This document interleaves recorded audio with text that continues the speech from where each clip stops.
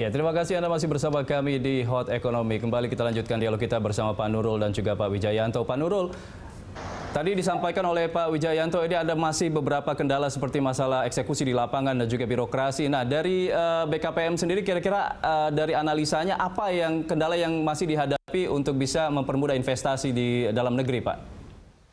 Ya, jadi yang disampaikan Pak Wijayanto itu tepat sekali, Pak. Jadi pengamatan beliau itu sangat sesuai dengan fakta di lapangan bahwa eksekusi sebenarnya menjadi kunci. Jadi ketika kita mencoba merayu investasi untuk masuk ke dalam negeri, itu tidak berhenti sampai pada saat mereka punya minat masuk ke dalam Indonesia. Justru strategi KPM itu dimulai dari menawarkan peluang investasi yang ada, kemudian membantu mereka mendapatkan perizinan, bahkan membantu mencari strategi-strategi sampai dengan financial close. Kemudian apakah selesai sampai di situ? Tidak. Kenapa? Karena BKPM masih harus terus membantu mereka sampai benar-benar bisa mengimplementasikan rencana investasi mereka sehingga mereka bisa berproduksi. Karena kalau mereka belum sampai pada fase produksi, negara tidak akan mendapatkan apa-apa. Tidak akan ada pajak yang bisa di-generate dari kegiatan investasi mereka itu. Sehingga sekarang BKPM ini punya kewajiban dan mencoba menempatkan diri sebagai pihak yang mendampingi investor, mulai dari menarik mereka sampai dengan mendampingi mereka sampai pada fase produksi. Nah, ini yang harus kita lakukan. Nah, tapi juga di luar dari itu, penyederhanaan, simplifikasi dari perizinan dan juga proses perizinan itu juga menjadi hal yang patut dipertimbangkan. Karena efisiensi dari perizinan, proses perizinan itu juga dipertimbangkan oleh pihak investor. Jadi kita tidak lagi mau punya proses yang berbelit-belit, tetapi ini simple, waktunya bisa diprediksi, kemudian juga tentunya tanpa biaya. Nah, ini yang harus kita coba benar-benar pertahankan sehingga ini akan menjadi brand Indonesia ke depan, sehingga mereka akan mengatakan Indonesia adalah ramah terhadap investasi di samping kelebihan lain dari sisi comparative advantage. Indonesia sangat kaya dengan sumber daya alam, marketnya besar, kemudian juga tenaga kerjanya juga berlimpah, bisa tersedia. Nah, kalau ini dikelola dengan baik, insya Allah kombinasi semuanya itu bisa membuat kita dalam situasi pandemik seperti ini pun, ketika semua negara bersaing untuk mendapatkan investasi, kita lebih bisa menunjukkan ke depan kemampuan kita untuk bisa lebih kompetitif lagi. Pak Nurul, langkah konkret yang dilakukan oleh BKPM untuk menyederhanakan perizinan ini apa, Pak Nurul? Ya, sekarang ya BKPM saat ini biarpun Omnibus Law masih sedang berjalan, kita sudah mencermati faktor-faktor apa yang kemudian akan berimplikasi terhadap perizinan investasi yang nanti akan diimplementasikan di OSS. Nah, OSS ini secara kontinu kami hampir setiap minggu membahas hal-hal yang patut kita duga ini akan menjadi faktor yang menyederhanakan perizinan, yang mempermudah proses perizinan, yang membuat dia lebih otomatis, sehingga nanti investor tidak lagi berhadapan dengan sistem yang complicated. Ini diharapkan akan investasi bagi mereka, dan mereka akan menghadapi proses dan prosedur yang relatif sangat simpel dan sangat cepat. Oke, baik. Pak Wijayanto, terkait dengan kendala yang masih harus diselesaikan oleh BKPM dan juga pemerintah ini, apa menurut Anda yang masih menjadi ganjalan untuk investor masuk ke tanah air, Pak? Jadi saya melihat kita harus memilah ya strategi kita itu menjadi dua strategi. Yang pertama adalah strategi spesifik. Ini ditujukan kepada investor-investor seperti yang tadi disampaikan Pak Nurul yang 129 itu, strategi spesifik. Yang kedua adalah strategi generik. Ini untuk memperbaiki iklim investasi secara umum. Yang generik ini prosesnya lama. OSS kita tahu, Omnibus Law kita tahu perdebatannya panjang sekali. Tetapi ada baiknya kita juga perlu fokus kepada yang strategi yang spesifik tadi. Ke 129 potensial perusahaan yang akan relokasi itu tadi. Mungkin regulasinya masih rumit, tetapi kita buat seperti sistem perbankan. Jadi investor itu hanya datang di front office, back office yang rumit, yang kotor, dan lain sebagainya. Itu biar dilakukan oleh para officer. Dalam hal ini teman-teman di BKPM dan di birokrasi. Saya pikir dengan strategi seperti ini, regulasi yang masih rumit pun itu bisa diterobos. Makanya saya sangat mendukung pendekatan yang sekarang dilakukan oleh BKPM. Misalnya begini, selama ini kita selalu membandingkan Indonesia dengan Vietnam. Ya, mungkin regulasi kita tidak sesimpel Vietnam, proses birokrasi kita tidak sederhana di Vietnam. Tetapi saya yakin kita pasti bisa menjamin untuk 129 perusahaan itu tadi, proses di Indonesia, birokrasi di Indonesia jauh lebih bagus dari Vietnam. Saya yakin itu bisa dilakukan, dan itu merupakan strategi untuk memenangkan persaingan, strategi yang pragmatik yang sedang kita lakukan ini. Dan untuk Vietnam sendiri mungkin satu pesan untuk Pak Nurul, memang mereka sangat menarik untuk berbagai jenis investasi, tapi sebenarnya mereka juga sudah mengalami kejenuhan. Jadi para investor itu misalnya tekstil, kemudian sepatu, gadget, elektronik, itu mereka sudah mulai merasa kalau terlalu banyak investasi di sana, if something happen dengan Vietnam, apakah itu politik, kemudian dan lain sebagainya, maka mereka akan kehilangan potensi bisnis luar biasa. Sehingga sebenarnya mereka sedang mencari alternatif di luar Vietnam. Yang paling kelihatan adalah produsen sepatu, misalnya. Nah, ini adalah peluang bagi kita untuk kemudian Pak Nurul dan tim di BKPM itu memfokuskan approach-nya. Jadi menurut saya apa yang dilakukan ini sudah sangat bagus, tetapi begini, hal yang generik tadi, memperbaiki iklim secara keseluruhan itu juga perlu dilakukan. Karena begini, at the end strategi yang kita lakukan ini tidak bisa meng-capture begitu banyak investor gitu ya. Padahal investor yang akan masuk ke Indonesia ini kan jumlahnya puluhan ribu gitu ya. Nah, ini memerlukan pendekatan yang generik tadi. Oke, Pak Nurul, terkait dengan strategi BKPM untuk bisa memenangkan persaingan antara Indonesia dan juga Malaysia, Vietnam, Thailand, ini kan dikatakan bahwa Vietnam ini memiliki produktivitas yang lebih tinggi dibanding Indonesia, kemudian juga logistiknya juga lebih efisien. Nah, ini bagaimana strateginya untuk BKPM bisa memenangkan persaingan ini? Iya, jadi begini, Mas. Memang tidak ada khususnya di ASEAN, negara yang memang benar-benar super, dia sempurna dari semua aspek-aspek yang berkontribusi terhadap pengambilan keputusan berinvestasi bagi investor. Tetapi justru kombinasi keseluruhan, kan semua investor itu pada akhirnya akan menghitung benefit cost analysis-nya. Kalaupun misalnya jumlah tenaga kerja di Malaysia tenaga kerja di Malaysia lebih produktif, tapi at the end of the day jumlah yang digunakan dengan produk yang dihasilkan dibandingkan dengan hal yang sama di Indonesia, pada akhirnya cost-nya akan sebesar apa.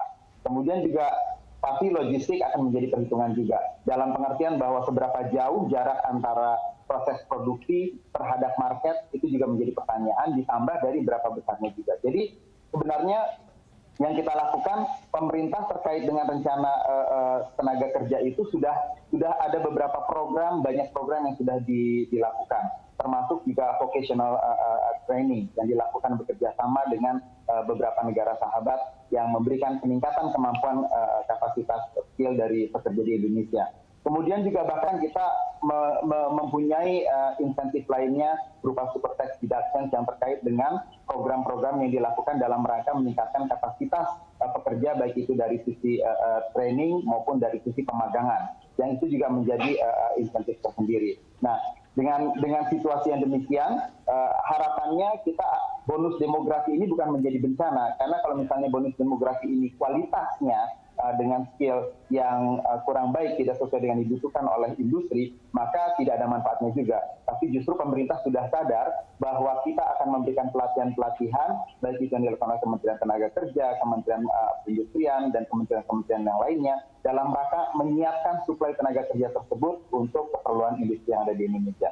Nah, kombinasi antara kekayaan sumber daya alam, kemudian faktor ongkos tenaga kerja yang tadi disampaikan oleh Pak Wijayanto, kita sangat bersaing, dan produktivitas yang terus meningkat, dan juga posisi market dengan kualitas yang makin baik dan juga dengan kuantitas yang makin besar, ini pada akhirnya yang bisa menentukan investor akan melakukan investasi di Indonesia atau tidak. Bukan hanya pada single factor, katakanlah dari sisi keunggulan tenaga kerja saja, tetapi juga faktor-faktor lainnya.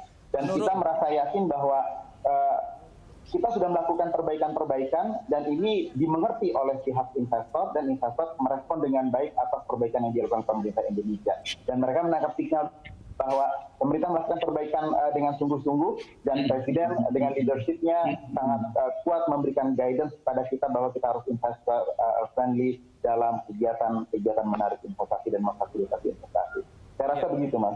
Pak Nurul, yang menjadi masalah klasik hingga saat ini adalah masalah pembebasan lahan dan juga harga tanah yang lebih tinggi dibanding dengan negara-negara lain seperti Vietnam dan juga Thailand. Nah, ini bagaimana BKPM mengatasi masalah atau mengawal masalah tanah ini agar bisa investasi masuk ke tanah air ini? Ya, betul Mas. Jadi masalah tanah ini menjadi salah satu faktor utama penghambat dari kelancaran realisasi investasi di Indonesia. Makanya dengan adanya kunjungan Presiden ke Batang ini sebenarnya menjadi terapi untuk memperbaiki citra Indonesia terhadap harga lahan yang tidak kompetitif. Kenapa? Karena selama ini seringkali lahan yang sudah dibidik untuk dijadikan kawasan industri itu dijadikan target juga oleh spekulan-spekulan tanah. Jadi yang membuat harga kawasan industri itu menjadi tidak kompetitif, sebenarnya harga di awal perolehannya itu sendiri sudah terintervensi oleh para spekulan-spekulan tanah yang harganya mahal. Nah, karenanya kemudian begitu kita bicara tentang Batang ini kawasannya dimiliki oleh PT PN 9. Tidak ada spekulan tanah bermain di situ. Jadi harganya bisa dikontrol. Itu yang kalau milik BUMN. Tapi kalaupun misalnya itu bukan milik BUMN, kita sudah mengidentifikasi dan mengkaji secara teliti dan mendalam strategi-strategi lain. Jadi ada salah satu cara yang namanya penlok atau penetapan lokasi. Penetapan lokasi itu adalah gubernur mengeluarkan keputusannya menetapkan lokasi pada lokasi tertentu yang diperuntukkan untuk industri, harganya sudah dipatok dengan keputusan itu. Sehingga once keputusan itu dibuat, tidak ada yang bisa mengganggu-gugat harga dari itu.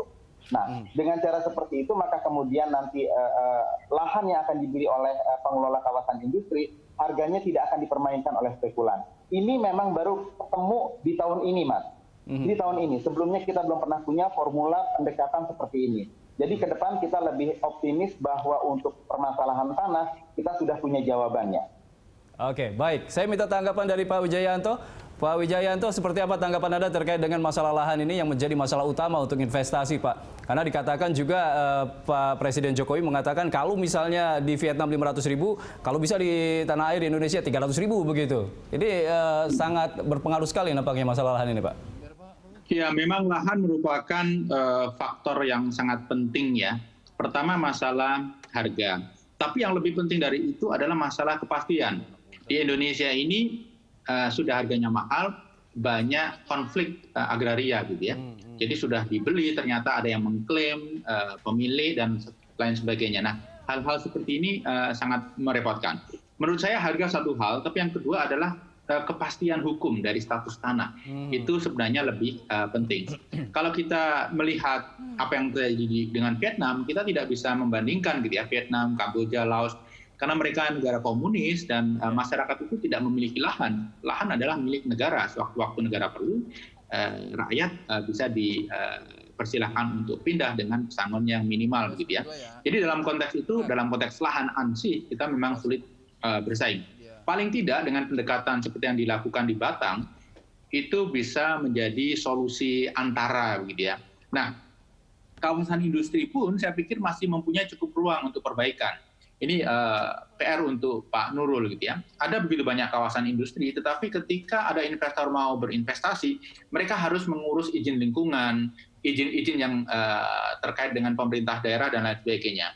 Akan sangat elok jika ketika kita menyebut kawasan industri, artinya berbagai izin lingkungan dan lain sebagainya itu tidak diperlukan lagi. Karena kawasan industri ketika disiapkan di situ sudah mengakomodasi berbagai isu tersebut. Nah, yang lain sebenarnya kalau kita lebih teliti lagi melihat gitu ya, pasti ada begitulah banyak lahan milik BUMN yang makin lama menjadi makin tidak produktif. Karena tadinya untuk perkebunan, kemudian perkebunan itu sekarang terletak di pinggir kawasan industri atau sekitar perkotaan, begitu ya. Sehingga secara ekonomi tetap menjadi perkebunan itu merupakan bukan pilihan yang efisien. Sehingga konversi lahan perkebunan terutama yang di Jawa menjadi kawasan industri itu merupakan satu alternatif yang patut untuk didorong. Belum lagi kalau kita melihat Pemda itu mempunyai begitu banyak lahan gitu ya, yang perlu diidentifikasi karena lahan-lahan itu bisa jadi sangat layak untuk dibangun dalam bentuk kawasan industri. Jadi itu menurut saya solusi-solusi antara begitu ya. Oke. Terkait regulasi tentang lahan sendiri, sebenarnya pemerintah sudah sangat agresif ya, progresif dengan mengeluarkan Undang-Undang Nomor 2 tentang lahan untuk proyek strategis pemerintah, begitu ya. Ketika proyek itu dianggap strategis, apalagi sekarang kita butuh lapangan kerja dan lain sebagainya, maka sebenarnya pemerintah mempunyai tangan yang kuat, gitu ya, untuk mendorong proses pembebasan lahan yang lebih cepat, begitu ya, dan lebih pasti. Nah, beberapa hal yang sudah kita punya ini mestinya perlu kita manfaatkan dengan sebaik-baiknya, begitu ya. Oke, baik Pak Wijayanto dan juga Pak Nurul, kita akan break dulu. Pemirsa, kami akan segera kembali usai jeda berikut.